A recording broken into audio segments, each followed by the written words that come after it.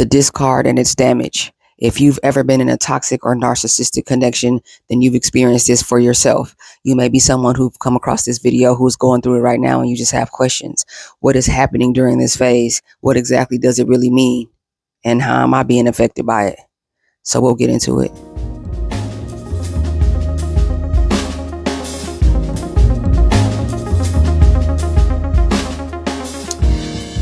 Welcome and thank you so much for watching the video. So we'll jump right into it. The discard and its damage. I wanted to discuss this because while I've covered it in other videos, somewhat indirectly, I hadn't delved into it. And there's a lot of us, who are coming across this, and we're at a different age, stage, and phase in our healing journey. For me, it was important to make the video for the series for those of us who are in that space in our healing journey where we definitely have questions. And obviously, I feel like, based on our previous discussions, we have an understanding of what the discard is. But again, I wanted to really delve deeper into that for those who are experiencing it right now. As always, thank you in advance for spending time with me. It doesn't go unnoticed, and I don't take that for granted. And thank you so much. I appreciate the support of this content. Thank you so much. And as always, it's important to me. It's important for our experience, for the community, that you go ahead and drop any experience that you've had down in the comment section. Share of yourself. It's healing. It's soothing for others. It helps for us to engage with one another. It helps for us to encourage, uplift, and just, be seen and be heard by one another. So definitely do share that. It helps out the channel. And it also gives me feedback as a creator, so I kind of know what different directions that I can go in. So it really is a help to me and such a great benefit when you all smash that like and when you all go ahead and drop it down in the comment section. So much appreciation.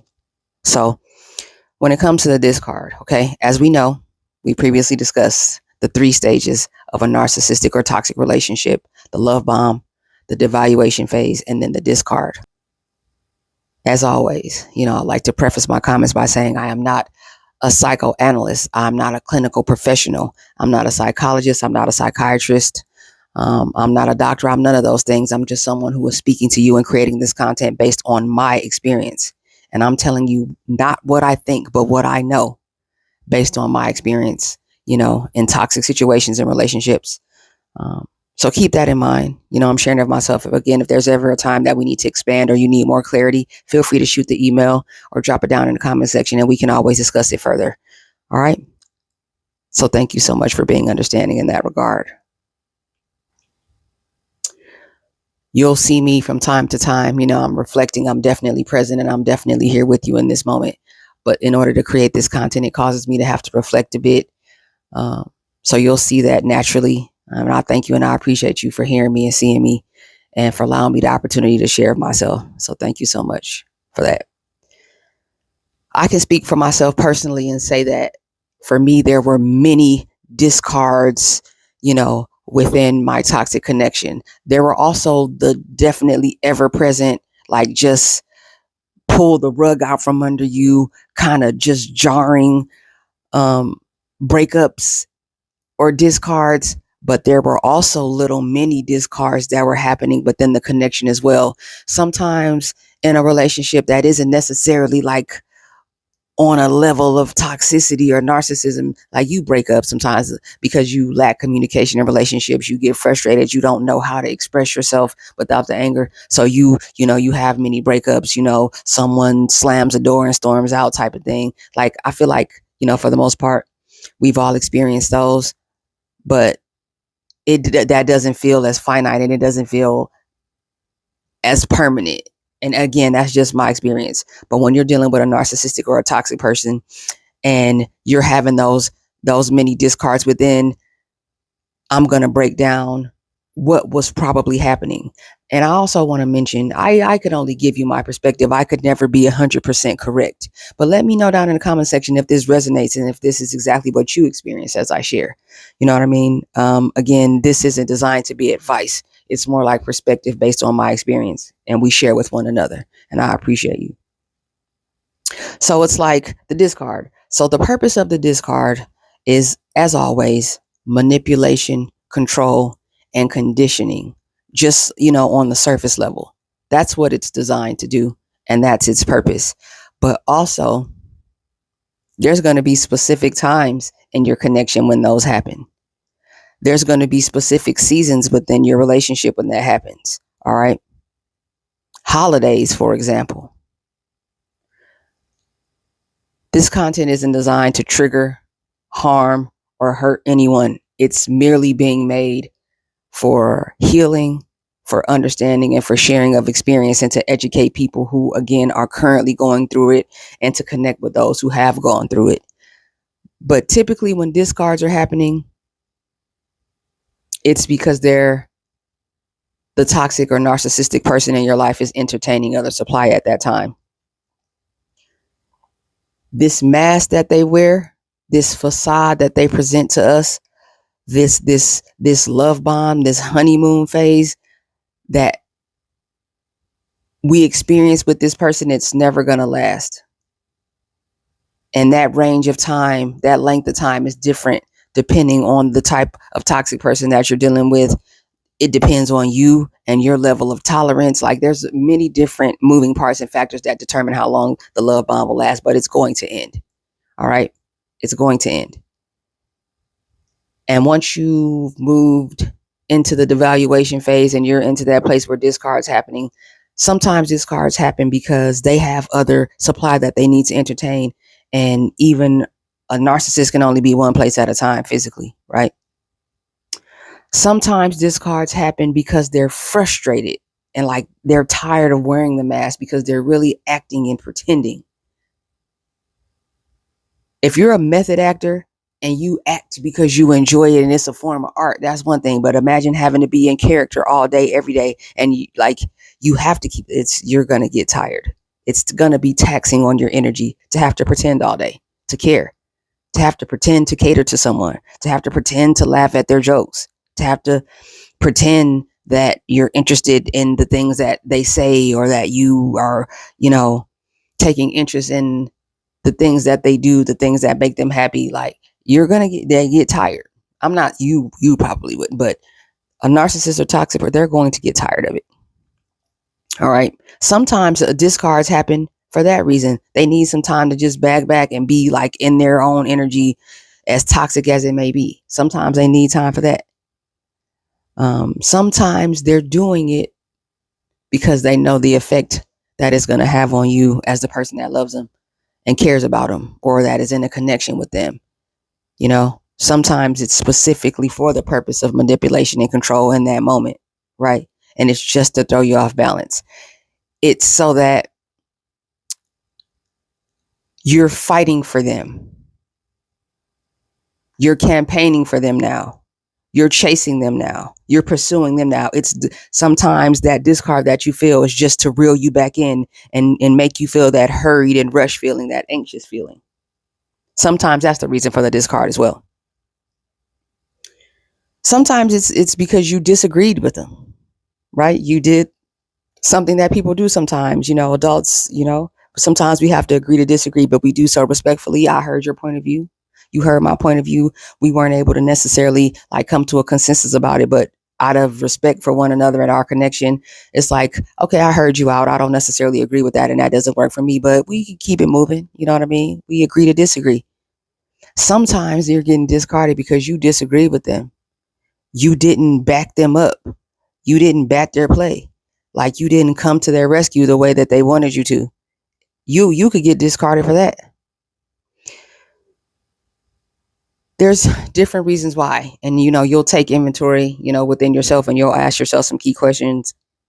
And I'm sure that you're going to come to a place where you figure out there were times where you were just deliberately being toyed with, disrespected, manipulated, and thrown away. But also acknowledge that they did that with full intention and understanding that they can come in and out whenever they want. They can come in whenever they want. Toxic people, and narcissists specifically, they're never done. They're never done with you. We're their property. That's how they see me and you. That's how they see us. Like an object that they can control and that they can possess. And they have us.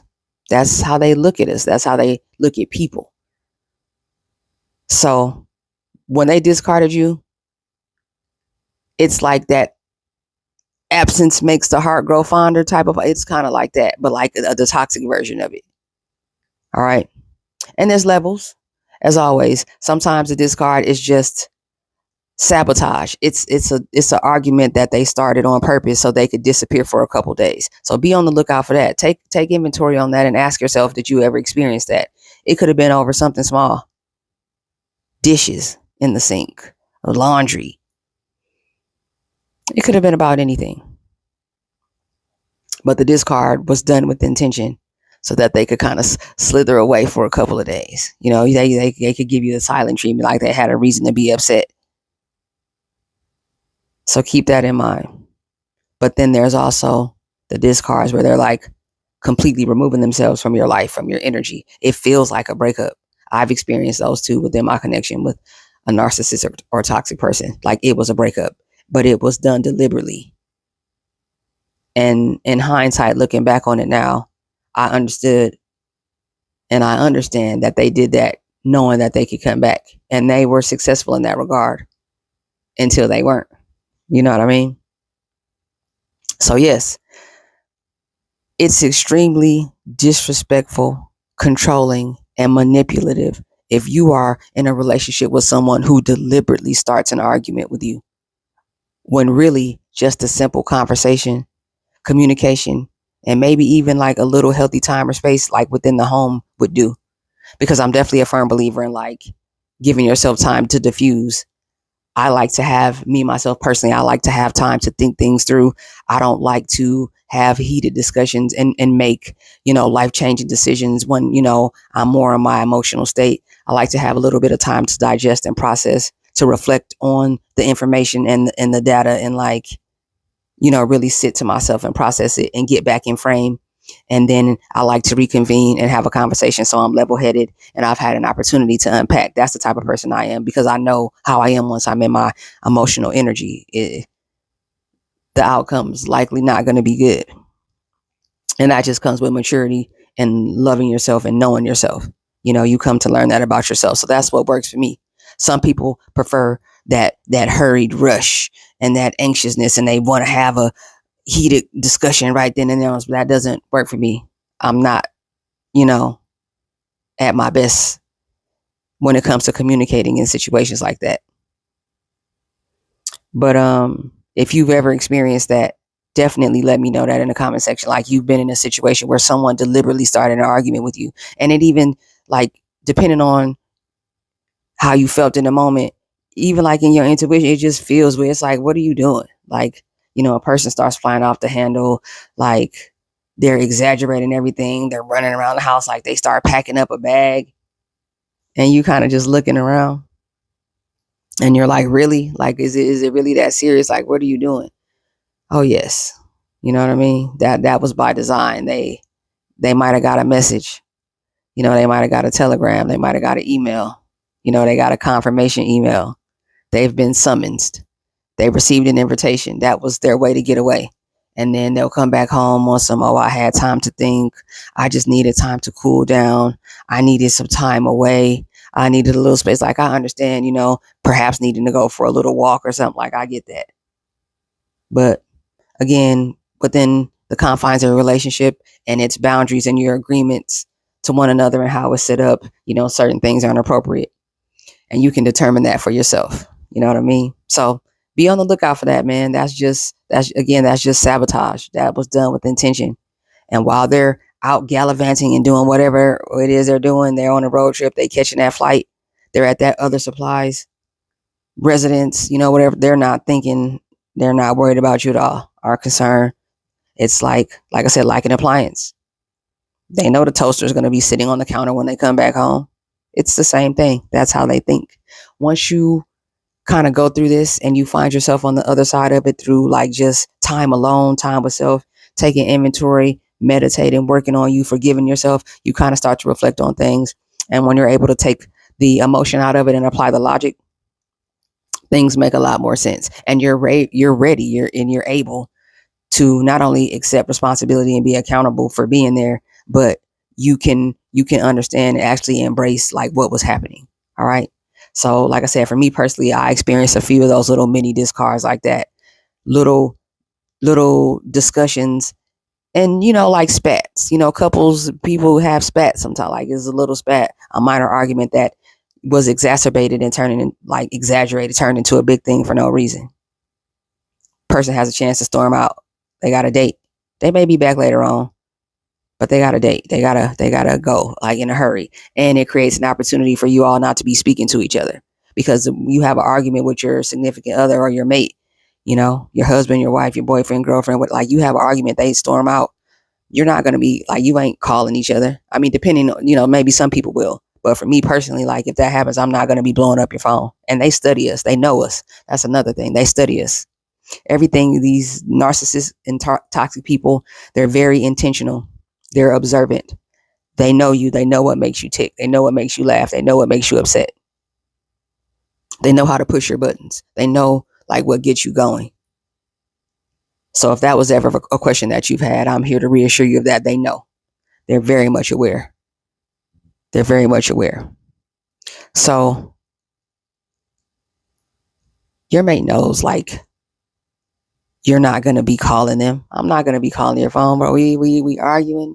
That's what it is. That's what it is. We'll take that time away and we'll speak about it later.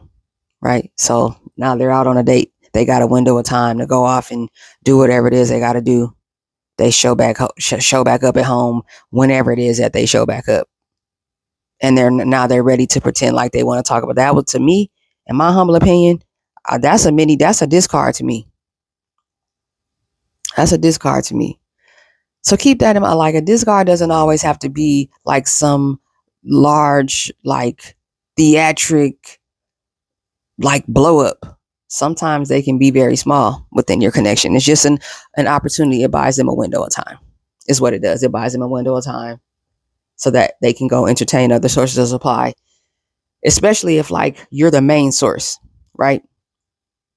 Because a narcissist will always have like back burner supply. Like they'll always have like auxiliary sources of supply.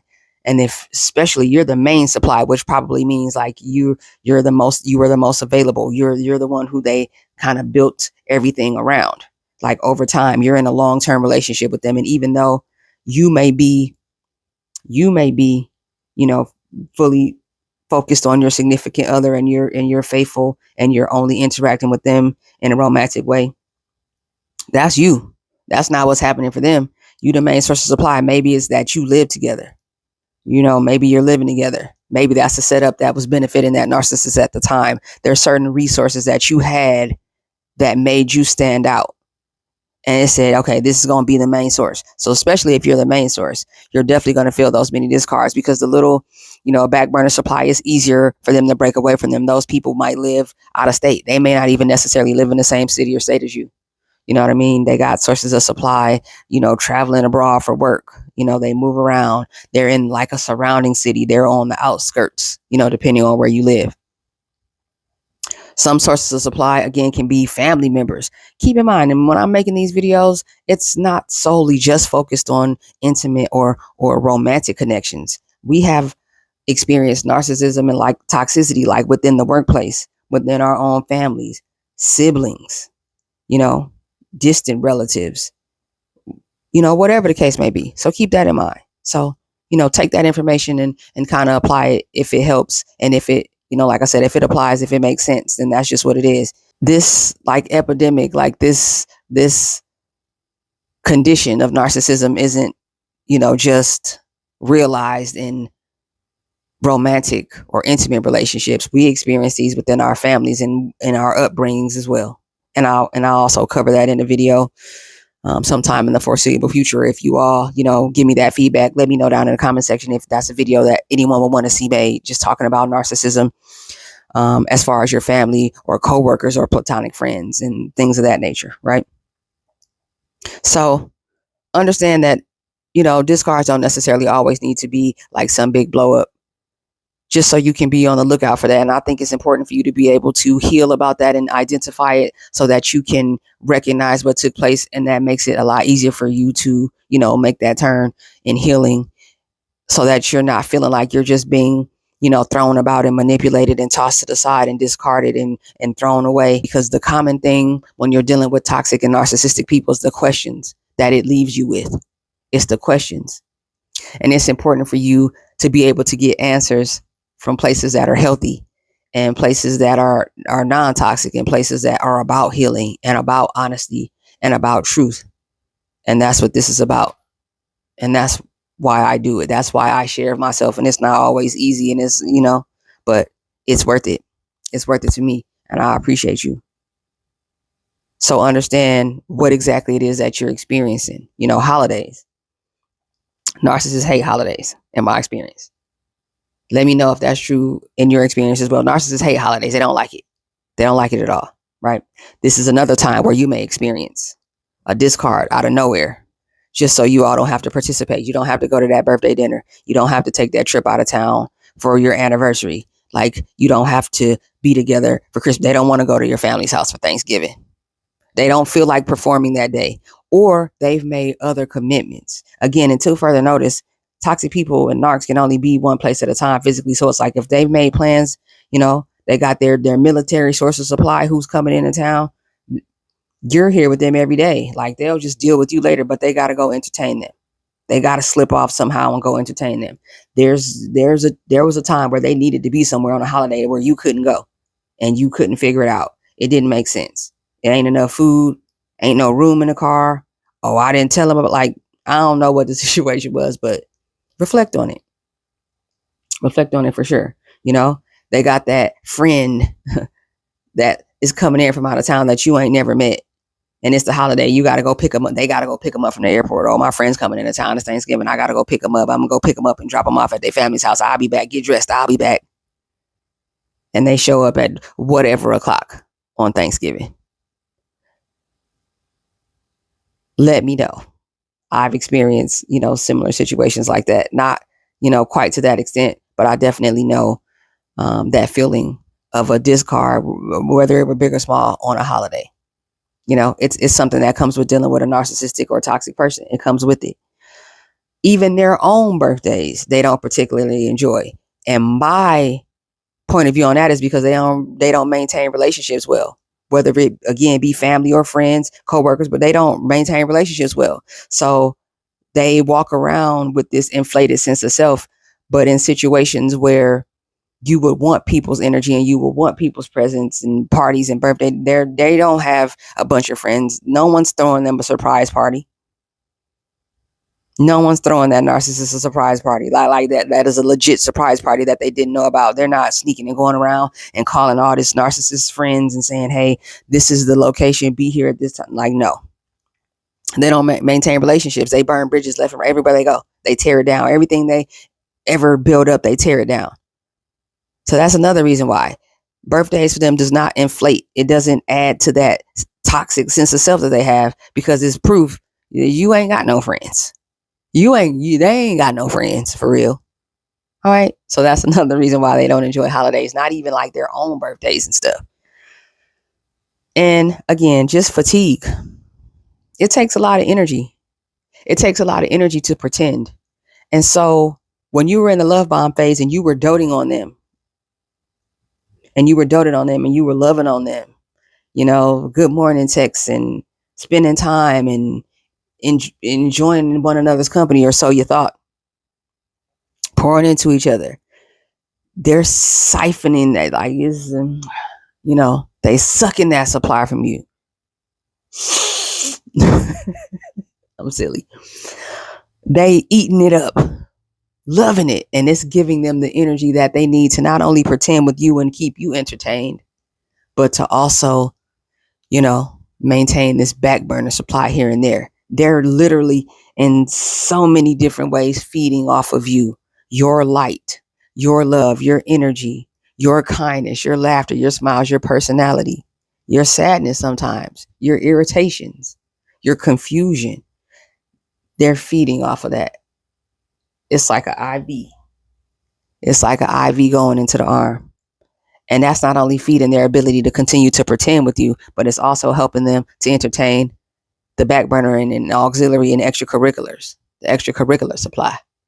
It's helping with that too. So once you are moving into the devaluation phase, and you're so confused and you spend so much of your time asking questions, because I did. I don't know if you're doing that but I did. In the devaluation phase, you're spending so much of your time asking questions and trying to figure out what's going on. You're not doting on them. You don't feel safe. You got questions now. You confused, right? And because you're not doting on them and loving on them and pouring into them and complimenting them, they love compliments. Love it. Like little kids love candy. Toxic narcs love compliments. So when they're not getting that from you, they're not getting that energy. They get tired faster. It's harder to keep the facade up when you're not playing your part. You gotta do your part. You gotta do your part and compliment them. Go out of their way to let them know how you feel about them. The little sweet nothings and the energy and all that.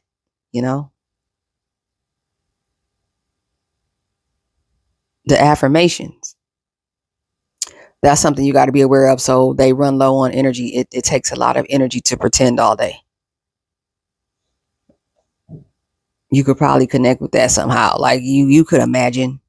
We don't have to live that life because we're authentically ourselves. But imagine like having to pretend with somebody all day that you actually like them and you don't. You actually like they cooking and you don't. You actually like the way they speak or how they smile and you don't. It's tiring. So sometimes they'll discard you just to give themselves a chance to like not have to pretend. Like they can either run off with another supply. They can, just be on their own, whatever it is that they do to recharge. Sometimes the discard is just for that reason. You're not feeding into them. They see possibly the demise. They see the relationship coming to an end, because as much as they come into these situations with us knowing that they're going to end, they want it to last as much as possible because that's where they're getting their supply from. See, some of us connect for like authentic like connection and for love and for a journey and to share. Like they connect with people for supply and for resources. You're always theirs in their mind. You're always theirs. So again, once you learn and understand what their motivation is and what makes them tick and why they do what they do, everything makes more sense. You're looking for perhaps an authentic connection, and they're looking for supply. And there's always going to be other supply. You will never be the only one. Never. That's not how this is designed to work. The sooner that you're able to kind of embrace that and understand that, the sooner that you'll be ready to, take the necessary steps to go no contact and stay gone. It's important that you stay gone. That's how you take your power back, and that's how you earn your respect with a narcissist. You stay gone. Stay gone. And it's important that you do that. But I hope I was able to give you some clarity and some, guidance as far as the discard and why it's damaging, and how traumatic it can be. How, like I said, it just feels like the rug is being pulled out from under you because you were invested. Maybe after it happened so many times, you kind of become numb to it, because I can say that was my experience. Once I experienced it more than once, I became numb to it. And then that's what kind of sent me on my fact-finding mission. I wanted to get more understanding on the cycles of this relationship from a psychological perspective and what was going on. And that's how I kind of began my healing journey, because I'm the type of person, I enjoy learning and I like to be informed. So it caused me to want to educate myself. And that's exactly how I ended up, on my journey of healing. All right. So sometimes we get numb to it when it happens like more than once. It's like, again, it feels like a cycle. Toxic relationships of all kinds of different levels of abuse tend to happen on a cycle. And you come to a place where you can almost anticipate, if you stick around long enough, hopefully you don't. But if you do stay within that toxic connection long enough, you'll kind of be able to identify the seasons and the cycles within it. All right. If you have any questions, comments, and concerns, as always, drop it down in the comment section. Share that with me. Definitely don't be ashamed. Don't be afraid. I will definitely give you that love back. And I enjoy interacting with you all. And I appreciate you so much. It helps the channel and it pushes out the content, right? It gives us visibility so that we're able to share this information with others that really need it and that are looking for it. Shoot me an email. askbizlifestyle@gmail.com. That is askbizlifestyle@gmail.com. If you have any questions or anything you want to talk about online, you just want to say, hey, go ahead and shoot me an email. I'll go ahead and put my Instagram on the screen as well. That is Worthy, XIIXII, all lowercase, Worthy 1212 on Instagram. I'll throw that up on the screen. Tap in with me on there. We can see each other's pictures, reels, and all that. Worthy XII, all lowercase letters. Instagram, tap in with me on there. I want to see your pictures. I want to interact a little more. So you can check me out there. Please do check out the description box. I like to pay homage. I pay homage to some of the creators that helped me as I was on my healing journey. I still, view some of that content from time to time now as I'm continuing to heal. But I definitely, like I said, do like to give credit and pay homage. So check it out. In the description box below, there's information in regards to the channel recommended content. Also, check out the About page on YouTube. All the links to my socials. The address to my P.O. box if you want to shoot something over, a sock, a stick of gum, a love note on a Post-it. Shoot it over, and I'll give you love back, and I appreciate you. Also, I'm coming to a place where I'd like to do a question and answer video, Q&A. So if you happen to have any questions that you would like to see in a Q&A, reference that down in the comment section, or you can shoot me an email about that. And if I get enough of a response about it, perhaps you DM me on Instagram. You have a question, I'll put them together and I'll go ahead and shoot a Q&A video just so we can have an opportunity to interact a little more, and you can have some more insight into me, what it is I do, like where I live, where I'm from, where I'm based, what brought me here. If you have questions about like YouTube and content creation, again, this is a lifestyle based channel. This is me sharing of myself, and I'm a servant and I'm a vessel. So I appreciate that I'm able to make these videos for you all, but it's a lifestyle based channel. So if you have questions about anything, locks, fashion, fitness,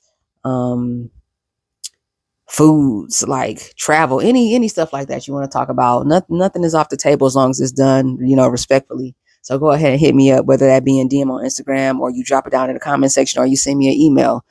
The link to my Cash App, PayPal is always on the About page. So if you want to make a small donation to the channel, it's definitely much appreciated, and it will go back into the channel. All right. And I appreciate you so much. Thank you. Again, I don't take it for granted you're spending this time with me, big or small. I'm grateful. I'm a humble individual, and I'm grateful, and we're building community, and this is what it's about. So let's tap in. If you have any questions, let me know. And I just want you to know that your feelings are valid, and that you're worthy, and that I believe in you. So you be sure to do the same. Until we meet again, I'm out.